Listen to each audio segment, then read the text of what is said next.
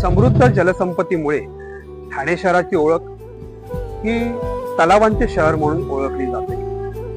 ऐतिहासिक नोंदीनुसार ठाणे शहरामध्ये तब्बल 60हून जास्त तलाव अस्तित्वात होते. हे तलाव ठाणे शहराचं पाणी पुरवठा करणं, नैसर्गिक सौंदर्यामध्ये भर घालणं आणि पर्यावरणाचं संतुलन राखणं अशी महत्वाची भूमिका बजावत आलेली आहे.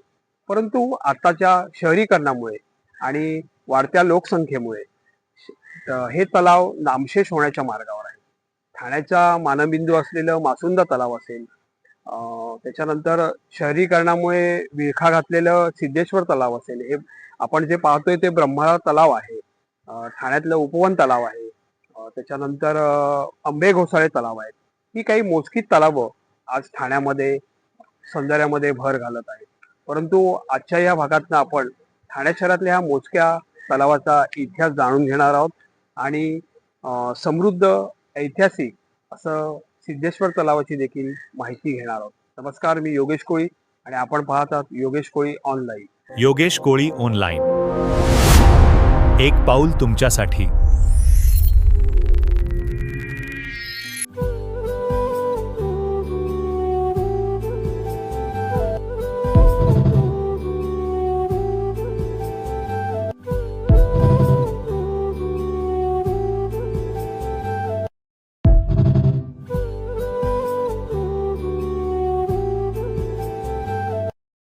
हा तलाव आमचा कॅप्टन बाबा चव्हाण यांनी निर्मिती केलेली आहे.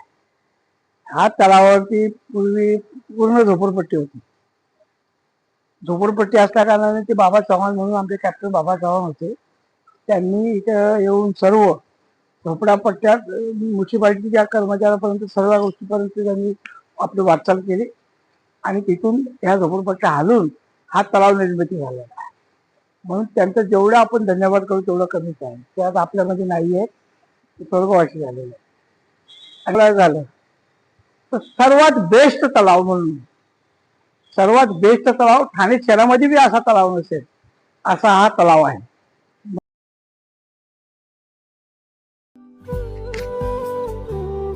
ठाणेकरांनो, सिद्धेश्वर तलावाचा 1995-96 मध्ये गाळ काढण्याचं जेव्हा काम सुरू झालं त्यावेळेस तलावामधून काही प्राचीन मूर्त्या या तलावातनं सापडल्या. त्यामुळे ह्या तलावाला तसं ऐतिहासिक महत्व प्राप्त झालं आहे. तलावातील गाळ काढताना ब्रह्मदेवाची दुर्मिळ मूर्ती सापडल्याने ही मूर्ती इतिहासाच्या दृष्टीने तलावाला, इतिहासप्रेमी व अभ्यासकांच्या दृष्टीने या तलावाला विशेष महत्व प्राप्त झाले आहे. मात्र हा आज तलाव शहरीकरणामुळे आणि वाढत्या वस्तीमुळे, तसंच आपण पाहू शकता संपूर्ण गाळाने भरलेला हा तलाव नामशेष होण्याच्या मार्गावर आहे का, अशी भीती देखील व्यक्त केली जात आहे.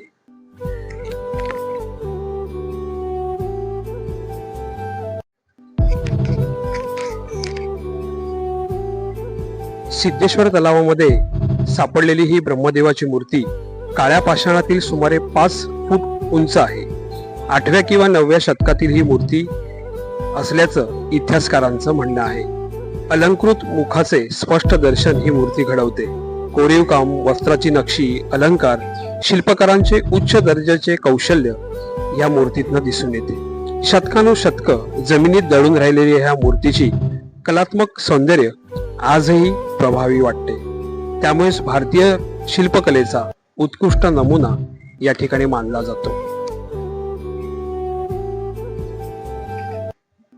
सिद्धेश्वर तलावाच्या बाजूला असलेले श्री सिद्धेश्वर राम मंदिर, या मंदिराच्या समोरच ही ब्रह्मदेवाची मूर्ती आपल्याला दर्शन घडवते आणि शिल्पकलेचा उत्कृष्ट नमुना आपल्याला आज देखील पाहायला मिळतो. ठाणे शहरात कधी आपण आलात तर नक्कीच सिद्धेश्वर राम मंदिराला भेट द्या. त्या ठिकाणी आपल्याला ही ब्रह्मदेवाची ऐतिहासिक मूर्तीचं दर्शन घडेल.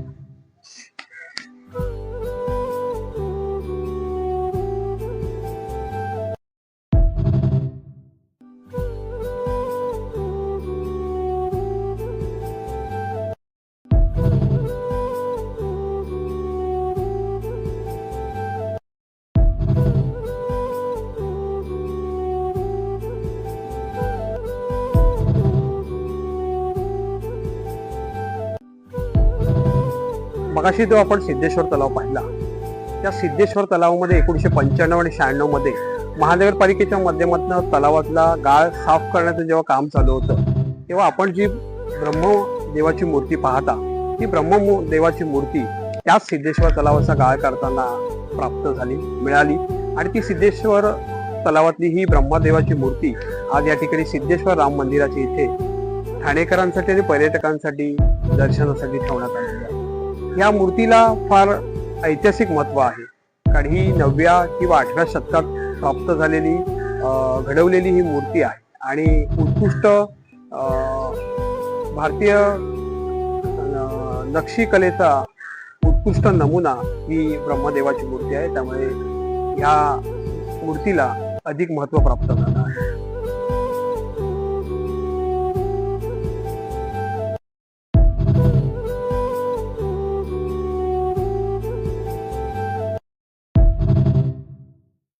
माझ्या मागे आपण पाहत आहात तो सिद्धेश्वर तलाव.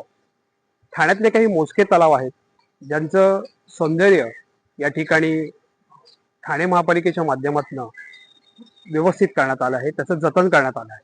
परंतु हा सिद्धेश्वर तलाव मात्र नष्ट होण्याच्या मार्गावर आहे का, अशी भीती मात्र व्यक्त केली जाते. हा तलाव ज्यावेळेस 1995-96 ला गाळ साफ करण्याचं काम करण्यात आलं होतं, तेव्हा ह्या तलावातनं प्राचीन ब्रह्माची मूर्ती सापडलेली आहे. त्यामुळे ह्या तलावाला तसं ऐतिहासिक महत्व प्राप्त झालेलं आहे. ठाणे शहराच्या दृष्टिकोनातून देखील हा तलाव फार महत्वाचा आहे, कारण ह्याच्यातले जलस्रोत आहेत ते आजही जिवंत आहेत. परंतु आपण माझ्या मागे पाहत असाल की वाढत्या ठाणे शहराच्या शहरीकरणामुळे ह्या तलावाचं सौंदर्य नष्ट होत आहे. या तलावामध्ये प्रचंड झाडं आलेली आहेत, काही वेली आलेल्या आहेत. परंतु ही या ठिकाणी प्रशासनानं सफाई करणं देखील महत्वाचं आहे. सिद्धेश्वर तलावाच्या परिसरामधल्या पुनर्वसन आणि विकासाच्या आराखड्यामुळे या भविष्यात या तलावाला एक ऐतिहासिक महत्व प्राप्त होईल. परंतु काही मोजके तलाव आहेत, त्या तलावांचं योग्य संवर्धन ठेवणं, त्याचं जतन करणं हे प्रत्येक ठाणेकरांचं, नागरिकांचं एक ती जबाबदारी आहे. आणि तेव्हाच पुन्हा एकदा आपण ठाण्याच्या अभिमानाचे आणि पर्यावरण संवर्धनाचे तलाव हे प्रतीक बनेल. चॅनलला नवीन असाल तर चॅनल सबस्क्राईब करा. तलावाची माहिती ही कशी वाटली ही आवडल्यास नक्कीच लाईक करा, कमेंट्स करा. एक पाऊल तुमच्यासाठी.